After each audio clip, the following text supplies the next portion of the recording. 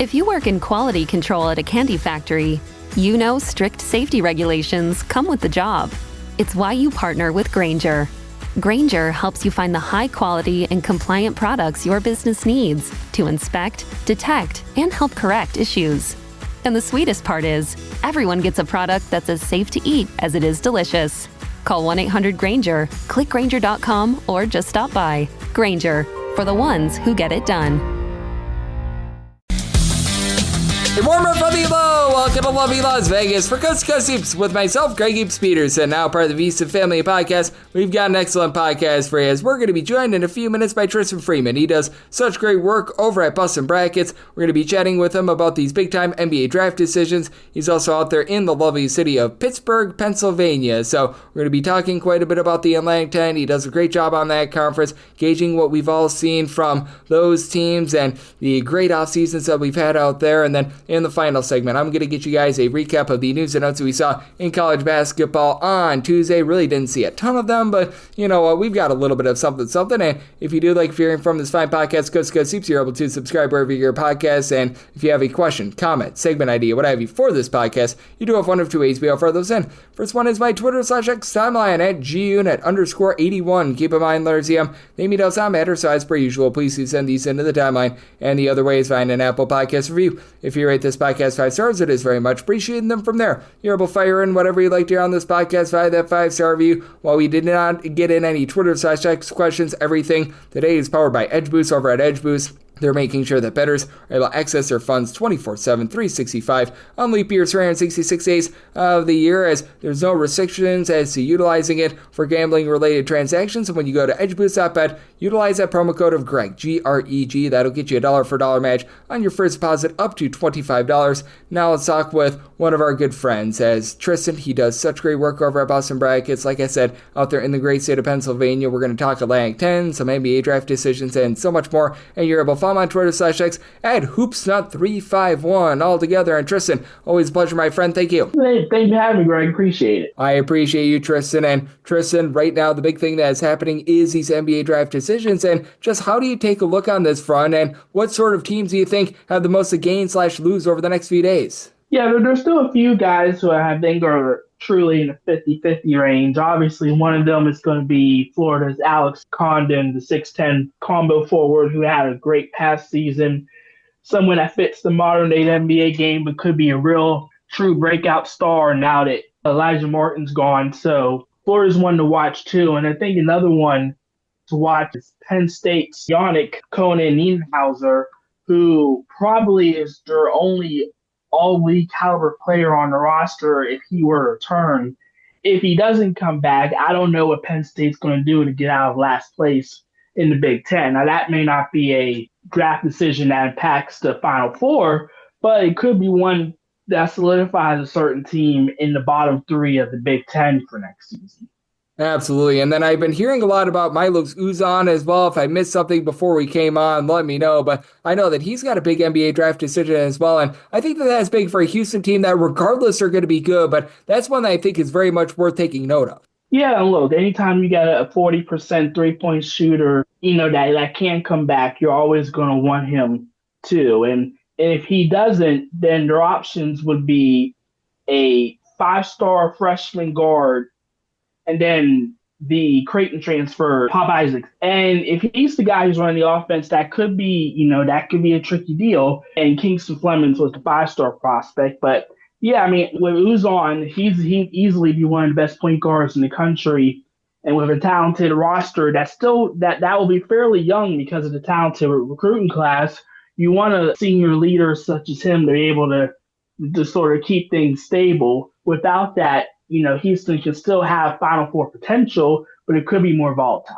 Yep, it certainly could be a little bit more volatile. As joining me on the show, we've got Tristan Freeman, who does such great work over here at Bustin' Brackets, joining me on Coast to Coast Hoops. And I really do think that we've got ourselves a lot of fun to be taking a look at in general. And as we know, with a lot of these guys that were involved in the NBA draft, many of these guys were in the transfer portal as well. Now, a few of these guys, they just decided to go back to where they came, like Ruben Chinyelu going back to Florida, I thought was very big for them. You had Devin McLaughlin going back to Vanderbilt, but could you see in the next few days, in the next few weeks, just sort of, for lack of a better term, a second wave of the transfer portal with a lot of these guys that had entered into the NBA draft deciding to go back to school, them deciding, you know what, we're going to test the waters and see what we get right now? Yeah, well, with the portal being closed, there's only a few guys who did both the draft and portal process. Jameer Watkins, the former Florida State Seminole, he's one of them to watch. RJ Luis, Big East player here at St. John's, he's someone that hasn't been connected to any team, so it looks like he's all in, but he didn't have a stellar draft process, so maybe he decides to turn around and come back as well. We already heard about Darian Williams, who's in the transfer portal as well. He's coming back for sure. Now he's the top big man available for teams, well, front court player. There's not as many in the past because of the new deadlines, but I do think that there's still some who can absolutely change the course for some teams, and there's still plenty of teams looking for transfers. And as far as, high major talent, there's not as many available right now. And I'm so glad that you mentioned that as well, because it's a little bit of a strange situation as to what's going on in college basketball right now, because most of these power conference teams, they've got a lot of stuff filled out, but you mentioned it. There's quite a few rosters in which they've got like those one or two spots that need to be filled out. And as a result, we've seen a lot of guys like PJ Haggerty, who waited a little bit longer, get a little bit less money than last year. Like last year, the guys like Great Osibor, Coleman Hawkins, that they waited it out, they were able to get a nice bag. But this year, we noticed a lot of teams, they just spent their allotment a little bit earlier on. And I feel like the guys that have been the biggest losers have been the guys that were waiting around thinking that they'd be able to get the big offers late, and they just have not come thus far this offseason. Yeah, well, I mean, a lot of teams spent early and spent often. I don't know if there's that many teams that truly has a ton of available cash. And then, for guys who are available, such as Desmond Claude, they're talented, proven players. He's a guy who averaged 16 a game at the Big Ten level, but he is also not the greatest shooter in the world, and that could cause issues as well. PJ Haggerty is someone who reportedly has a high price tag, as well as a positional desire. And that may not be as appealing for coaches who want to have things dictated to them. So maybe this is a case where some players don't have the same kind of demands, and also could be just some who went too late in the process, and teams just aren't necessarily as desperate as they were in the past. Yep, no question about it. I remember last offseason with the likes of Washington and company, they really needed someone, and it was Great Osibor and really nothing else. And how much do you think this offseason, there's just been a lot of teams that, for lack of a better term, have learned from their mistakes? Because I just mentioned the Huskies, and whereas last season they went all in on one guy and they just weren't able to have much else on the roster, they did a nice job of making sure that the roster was very complete this offseason. I just have noticed that a lot of teams have been able to just do a better job in the process this offseason rather than in the past.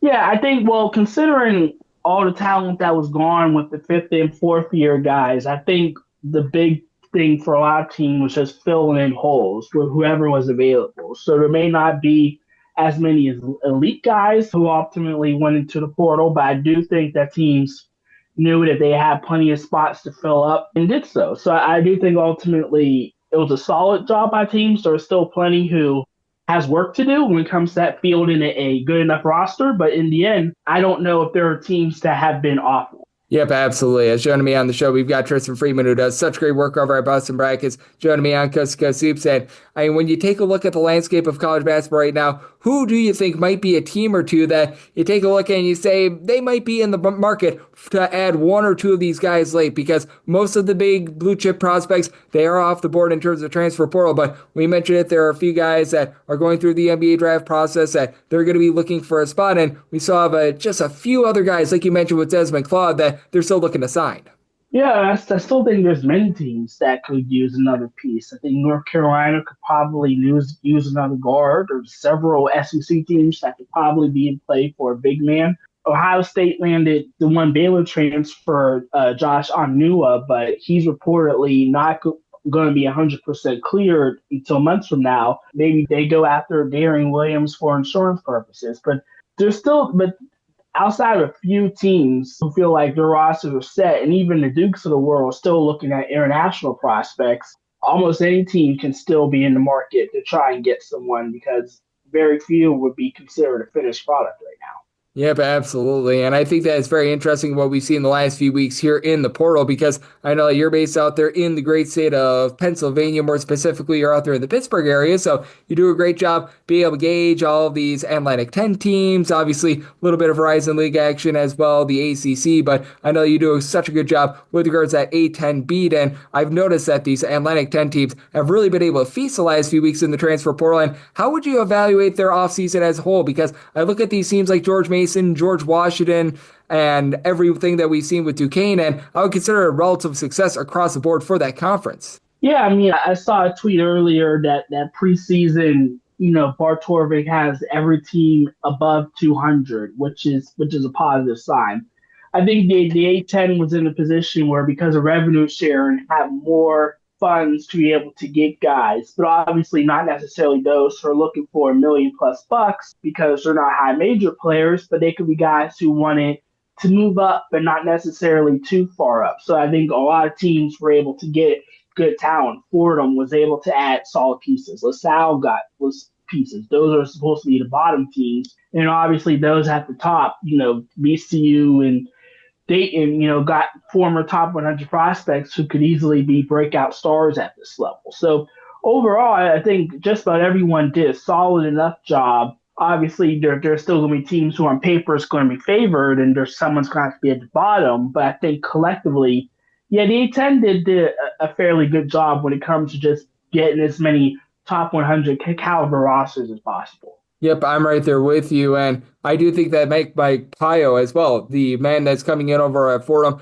I thought that was a relatively good hire, and I think that overall the Atlantic 10, in terms of coaching openings that were out there, I thought that they did a really good job with, again, Fordham, I think really hitting a home run that I think has gone a little bit under the radar. Yeah, and look, Fordham with the coaching basically having to start all over, had to just get as many talented pieces as possible. They added DeJour Reeves, and they got one earlier today. These are proven double-digit scorers. So they're not guys who average 8 a game at the MAC level or 2 points, at the ACC or Big 12 level and moving down. These are guys who can put the ball in the basket.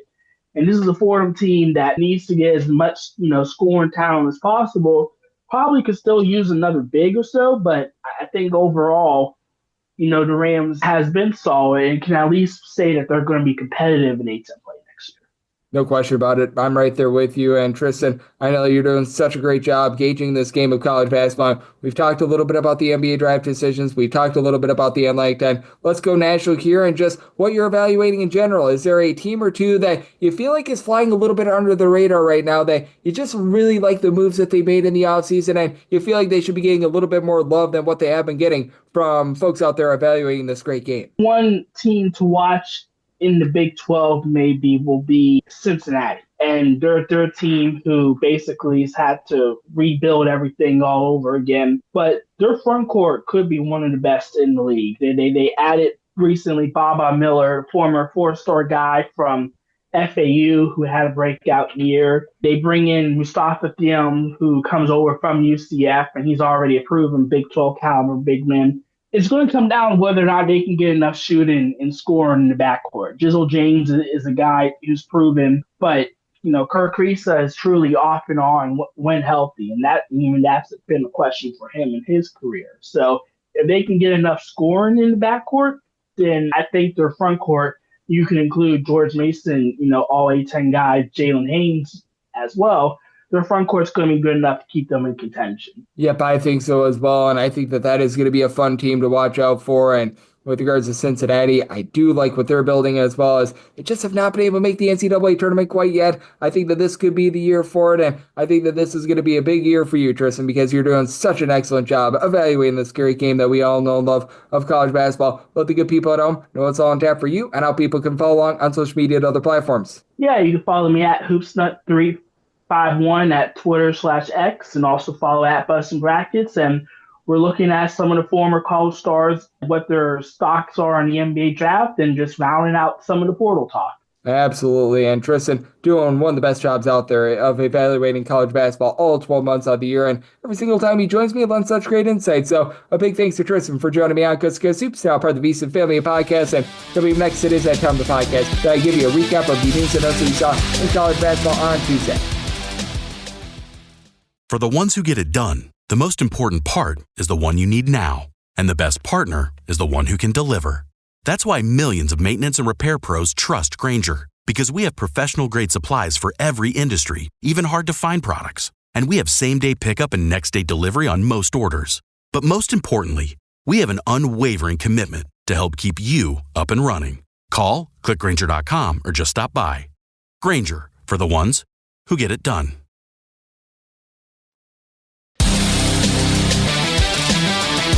And we're back here in lovely Las Vegas for Coast to Coast Hoops with myself, Greg Hoops Peterson, now part of the VC Family Podcast. Always great to be joined by one of our good friends, Tristan Freeman, who does such great work over at Boston Brackets. Every single time he joins me, he lends such amazing insights. Did so once again today. So a big thanks to Tristan for joining me in the last segment. Now it is that time of the podcast to give you a recap of the news and notes we saw in college basketball over the last 24 hours. Nice ad here for Jacksonville State. Mustafa El Montequil, the 6'6" combo player, was over at Louisiana last year. Top scorer for them, 14 points, 5 rebounds per contest. He has decided that he is going to be going on over to Jacksonville State, and for Jacksonville State, they do lose quite a bit of what they had from a season ago. They did have quite a few of the, shall we say, better dynamo scores in all of college basketball. Jerron Pierre was able to give them north of 21 points per contest. He was the top 5 scorer in all of college basketball, so they're going to look to turn over a little bit of a new leaf. I always love Ray Harper and the way that it seems always doing a nice job on the glass. I think that this is going to be a relatively nice ad for them, and overall for the offseason for Jacksonville State, it's been a little bit up and down. They could probably use a few more pieces, but you bring in A.C. Bryan,